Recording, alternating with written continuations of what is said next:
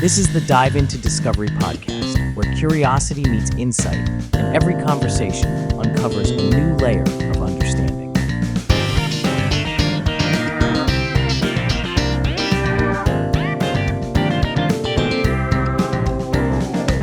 Welcome back, everyone. We're diving into something truly incredible today. Oh, yeah. Lost cities, ancient empires. I love it. We're talking about Mahendraparvata. Ever heard of it? I have. Well, even if you haven't, you've probably heard of Angkor Wat. Of course. Who hasn't? Exactly. And get this. Yeah. Mahendraparvata predates Angkor Wat by centuries. Now, that's what I call a deep dive, taking us way back. It really makes you rethink everything you thought you knew about the Khmer Empire. Absolutely. It challenges so many assumptions about how these early civilizations developed. I mean, we're talking about a sprawling urban center hidden for centuries. Hidden, like completely lost. How is that even possible? Well, that's where this story gets even more interesting. It was actually rediscovered using LIDAR. You know, that laser technology. LIDAR. Okay, gotta admit, I'm not super familiar with that. So picture this. It's like an X-ray for the Earth. LIDAR uses lasers to map terrain.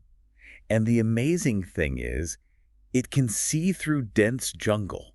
Wait, so it's like they could see right through the trees. Exactly. It revealed the city's layout. Roads, canals, temples, all hidden beneath the jungle. That's unbelievable. So what did they find? What did this hidden city look like? It was huge, over 35 square kilometers, a massive urban grid system, one of the largest cities of its time in Southeast Asia. Wow, a real megacity. And all this time, it was just lost. Yep, hidden in plain sight. And to think, this was all built in the 9th century CE under King Jayavarman II. Okay, Jayavarman II, now he's a name that sends shivers down my spine. Wasn't he the one who declared himself Chakravartin, like a universal ruler? That's him. Ambitious, right? Yeah. This wasn't just about building a city. It was a statement of power, laying the groundwork for a vast empire. And the city itself. It reflects that ambition. How so? Well, take the hydraulic engineering, for example. They had this intricate network of canals and reservoirs, a sophisticated system for managing water. So they weren't just building, they were mastering their environment. Exactly. They were channeling water for the city, for agriculture. It was a level of urban planning that was way ahead of its time. I can only imagine the ingenuity, the knowledge they must have had. Oh, absolutely. But, and here's where things get even more interesting, this ingenuity might have also contributed to the city's eventual downfall. Yeah, their downfall. Their downfall. Yeah. Wait, so you're telling me the very thing that made them powerful could have also brought them down? Yeah, it's a classic tale. A classic tale. Oh, I love those. This one's about unintended consequences. Ooh. Okay, I'm listening. So to build a city like Mahendraparvata, Yeah, megas. they needed resources, lots of them. Makes sense. Timber, land, the usual suspects, right? Right. But as the city grew, Oh, I see where this is going. the demand for those resources, It skyrocketed. They couldn't keep up, could they? well, they might have pushed things a bit too far. Too far. Like deforestation. I've heard that can mess things up. Exactly. Cutting down those trees to fuel their growth. It backfired, didn't it? Big time. See, without trees, The soil's all loosey-goosey. and erosion becomes a big problem. Not to mention flooding. It's all connected, isn't it? It is. And that brings us to the biggest mystery of all. Ooh, a mystery. Lay it on me. We know Mahendraparvata was abandoned, Abandoned, like everyone just up and left. pretty much. But the why? That's the puzzle. So was it the environment? They messed up their own ecosystem? Could be. But there could be other factors too, right? Like political upheaval? Or maybe they just ran out of resources. Maybe.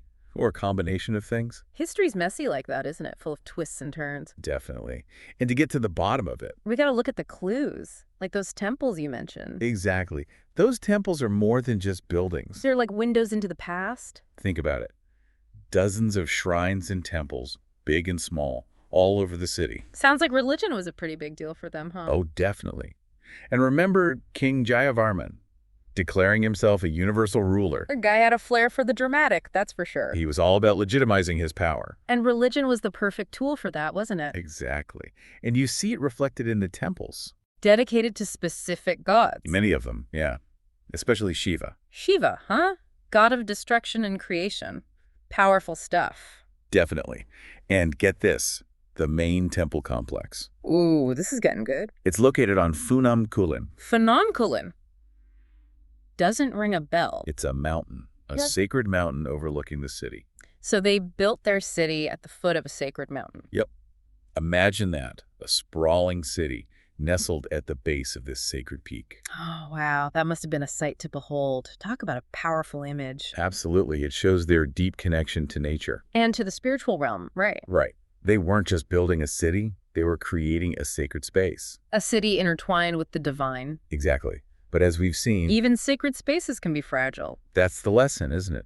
No matter how advanced a civilization might seem. There's always a balance to be struck. And sometimes that balance is harder to maintain than we think. Mahendraparvata's rise and fall. It's a story that resonates, doesn't it? It makes you think about our own world, our own cities. It does, doesn't it? What can we learn from them? What lessons can we apply to our own lives? It makes you think about sustainability, doesn't it? Sustainability, yeah. It's more than just a buzzword. Way more. It's something these ancient civilizations were dealing with, too. Mahendraparvata, it's like a case study, A case study in what happens when you don't respect the balance. Exactly. And it makes you wonder, did the Khmer learn from this? Did they take those lessons and apply them to their later cities? Like Angkor.